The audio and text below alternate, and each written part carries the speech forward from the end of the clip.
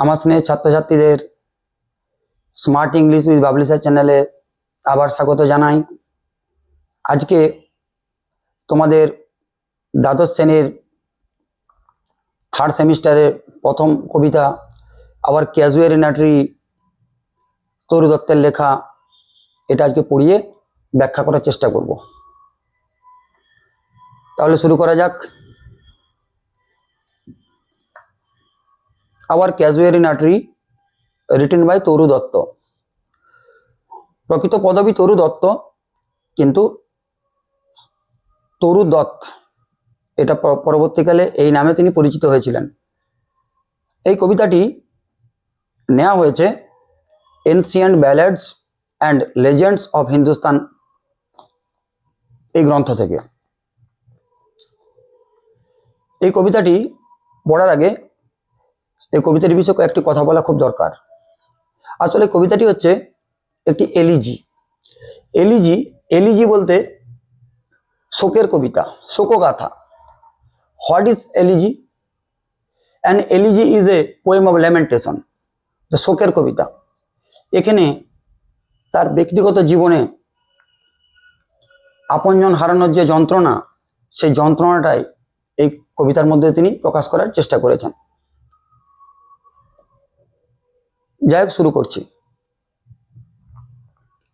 Like a huge Python winding round and round, the rugged trunk indented deep with scars.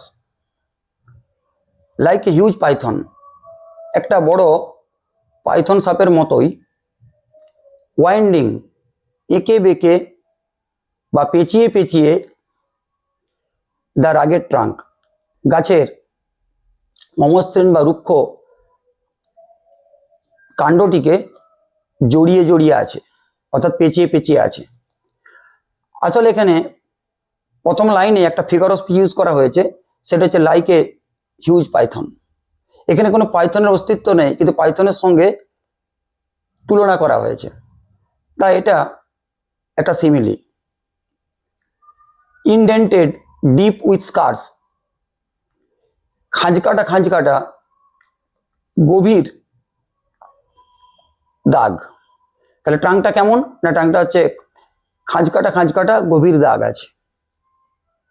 Up to its very summit near the stars, এটা পৌঁছে গেছে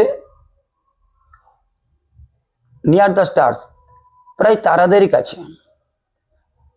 এর শীর্ষদেশটা, তাহলে summit কথার মানে আমরা জানি শীর্ষদেশ, সেই শীর্ষদেশটি পৌঁছে গেছে তারাদের কাছে। আসলে কোনো গাছের শীর্ষদেশ তারাদের কাছে পৌঁছানো সম্ভব নয়, কিন্তু এখানে কবি একটা ফিগার অফ স্পিচ ইউজ করেছেন, সেটা হচ্ছে হাইপারবোলি, অর্থাৎ অতিরঞ্জিত করে বলেছেন। এটা মূলত কবি তার ইমোশন থেকে প্রকাশ করছেন।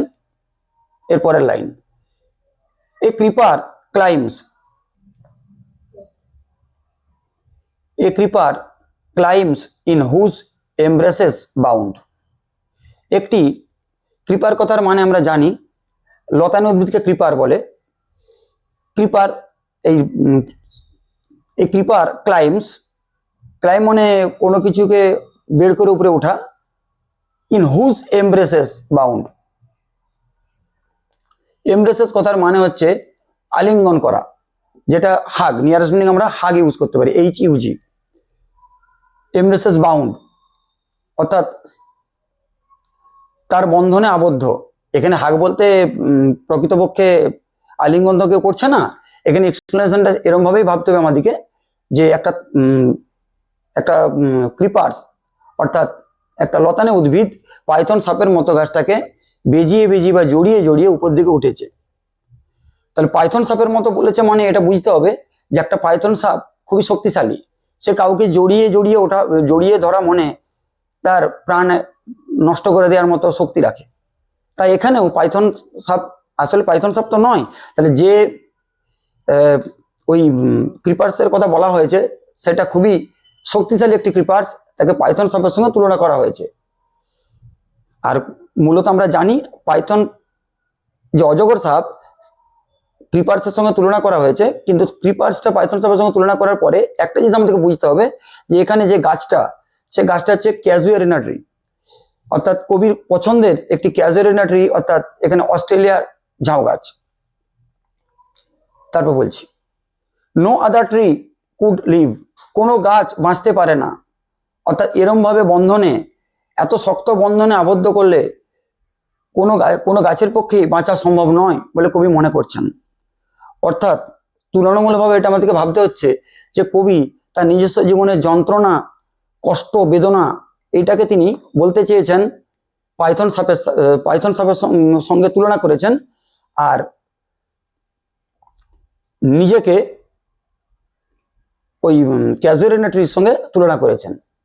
তো এই দুটো জিনিস আমাদেরকে ভাবতে হবে। এই এক্সপ্লেনেশনটা না জানলে আমরা এই কবিতার প্রকৃত রসটা আহরণ করতে পারবো না। তারও বলছি বাট গ্যালেন্টলি, কিন্তু সাহসিকতার সাথে the giant wars the scarf. Giant বলতে এখানে আমরা জানি দৈত্যকে জায়ান্ট বলা হয়, কিন্তু এখানে কোনো দৈত্যের অস্তিত্ব নেই। এখানে গাছটাকে দৈত্য, খুব বড় আকারের গাছ বলে তাকে দৈত্যের সঙ্গে তুলনা করা হয়েছে। The giant wars scarf, scarf মানে আমরা জানি স্কার্ফ বলতে মাফলার বা ওড়না জাতীয় কিছু জিনিসকে বোঝানো হয়। যার জায়ান্ট ওয়ার্স পরিধান করে আছে জায়ান্ট মানে গাছটা, অ্যান্ড ফ্লাওয়ার্স আর হাং, এবং ওতে ফুল ঝুলছে, নিশ্চয়ই একটা গাছের ডালে ফুল ঝুলছে, সেই কথাই বলা হয়েছে। তাহলে ক্যাজুয়ারিনা ট্রি গাছটি সপুষ্পক উদ্ভিদ। ইন ক্রিমসন ক্লাস্টার্স, অর্থাৎ ক্লাস্টার কথাটা আমরা গুচ্ছাকারে বা দলবদ্ধভাবে অবস্থান করার ক্ষেত্রে আমরা ক্লাস্টার কথাটা ব্যবহার করি। তো এখানে ক্রিমসন রংটা আমরা জানি গভীর বা গাঢ় লাল রংকে আমরা ক্রিমসন বলি, তাই এই গাছের ফুলের রংটি গাঢ় লাল। অল দ্য বাউস, এবং সমস্ত ডালে সেগুলো ঝুলছে। এরপরে দেখা যাক where on all day are gathered bird and bees. এর ডালে সারাদিন ধরে এর ডালে পাখি এবং মৌমাছি অবস্থান করে। সাধারণভাবে যে গাছে ফুল থাকবে এবং যে গাছ প্রাণবন্ত থাকবে তাতে পশু পাখি বাসা বেঁধেই থাকে। তারপরে অ্যান্ড অফট, এখানে অফটা সম্পূর্ণ ফর্ম হচ্ছে অফন, OFTEN অফন, এখানে টিটা সাইলেন্ট আছে। অ্যান্ড অফ অ্যাট নাইটস, রাত্রিতে মাঝে মাঝে দ্য গার্ডেন ওভারফ্লোস, রাত্রিতে বাগানটি প্লাবিত হয়। কিসে প্লাবিত হয়? With one sweet song that seems to have no close, একটা মিষ্টি গানে বাগানটি প্লাবিত হয়, অর্থাৎ বাগানে একটি গান উপচে পড়ে, which seems to have no close, যেটার কোনো শেষ নেই। নো ক্লোজ বলতে এখানে দেয়ার ইজ নো এন্ডিং এর কথা বলা হয়েছে, অর্থাৎ কোনো শেষ নেই। সাং ডার্কলিং ফ্রম আওয়ার ট্রিজ, এবং গান করে, নিশ্চয়ই কোনো গায়ক পাখির কথাই বলা হচ্ছে। ডার্কলিং, অন্ধকারে, ফ্রম আওয়ার ট্রি, এই অন্ধকার থেকে সেই গান গাছ থেকে ভেসে আসে। হোয়াইল মেন রিপোজ, কখন না যখন মানুষ বিশ্রাম করে। সাধারণভাবে মানুষ রাতের দিকে বিশ্রাম করে, সেজন্য রিপোজ বলতে এখানে রেস্টের নিয়ারেস্ট মিনিং হিসেবে ব্যবহার করেছেন। When first my casement is wide open thrown, যখন ফার্স্ট মাই কেসমেন্ট মানে যে জানালাগুলো দরজার মতো খোলা যায় তাকে কেসমেন্ট বলা হয়। ইজ ওয়াইড ওপেন থ্রোন, অর্থাৎ যখন জানালাটা প্রথম দিনের প্রথমবারের জন্য জানালাটা যখন খোলা হয় হাট করে। অ্যাট ডন, ভোরবেলায়, এখানে অ্যাট ডন বলতে ভোরের সময়কে বলা হয়েছে।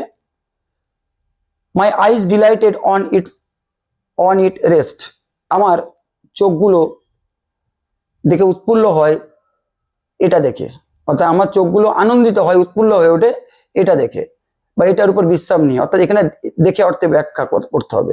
অর্থাৎ যে কোনো কবিতা কবি যেভাবে লিখেছেন সেইভাবে তার ভাবনা সবসময় তো আমাদের পক্ষে জানা সম্ভব নয়, তাই সেই এক্সপ্লেনেশনটা আমরা নিজের মতো করেও ব্যাখ্যা করতে পারি। কারণ কবির ভাবনাটা আমাদের পক্ষে সঠিকভাবে তো সব ক্ষেত্রে সমস্তভাবে তো জানা সম্ভব নয়, সেজন্য আমাদের নিজের থেকে অনেকটা এক্সপ্লেন করতে হয়। আর এইভাবে এক্সপ্লেন না করলে একটা কবিতার টেস্ট আমরা আহরণ করতে পারবো না। তাই কবিতা পড়তে নেই, কবিতাকে এনজয় করতে হয়। তারপর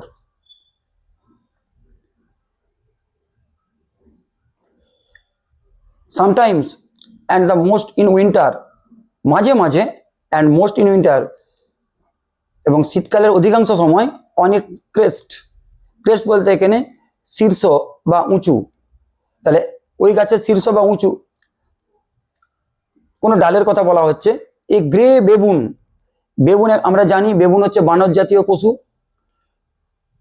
এরা কি করে, একটি baboon sit statue like alone, সে স্ট্যাচুর মতো বসে থাকে। তাহলে গাছ আমরা বলতেই পারি গাছের মগ ডালে বা গাছের উঁচু ডালে একটি বেবুন সেখানে বসে থাকে, ডালটাতে বসে থাকে। তারপর দেখা যাক, ওয়াচিং দ্য সানরাইজ, এবং সেখানে সে বসে সূর্যালোক দেখে, অর্থাৎ সূর্য উদয় দেখছে। হোয়াইল অন লোয়ার বাউস, এবং তখন ঠিক তার নিচের ডালগুলোতে lower boughs, his puny offspring leap about and play. Puny কথার মানে হচ্ছে ভেরি স্মল, আমরা জানি পিউনি। অফস্প্রিং মানে বাচ্চা, তাহলে বেবুনের যে বাচ্চাগুলো বা শাবকগুলো ওয়েন্ড শাবকগুলো লিপ অ্যাবাউট অ্যান্ড প্লে, তারা লাফালাফি করে এবং খেলা করে। আমরা জানি সাধারণভাবে বানররা লাফালাফি করতেই খেলা করে, ওরা ডালে বসে। তাহলে ওই বাচ্চাগুলোর মা বেবুন সে গাছের উঁচু ডালে বসে আছে এবং শাবকগুলো তার নিচের ডালে আছে। এই ছবিটা আমাদেরকে কল্পনা করতে হবে। অ্যান্ড ফার অ্যান্ড নিয়ার, এবং কাছে দূরে, যে ফার অ্যান্ড নিয়ার এটা একটা ইডিওমেটিক ওয়ার্ড, এটাকে আমরা কাছে দূরে না বলে সর্বত্র বলাই ভালো। তো সর্বত্রই কোকিলাস হেল্ড, ফার অ্যান্ড নিয়ার কাছে দূরে, অর্থাৎ সর্বত্রই কোকিলাস হেল দ্য ডে, অর্থাৎ কোকিল পাখি তার গানে কলতানে দিনকে স্বাগত জানাচ্ছে। আজকে এখানের মতোই, পরের ভিডিওতে বাকি অংশটা দেওয়ার চেষ্টা করছি।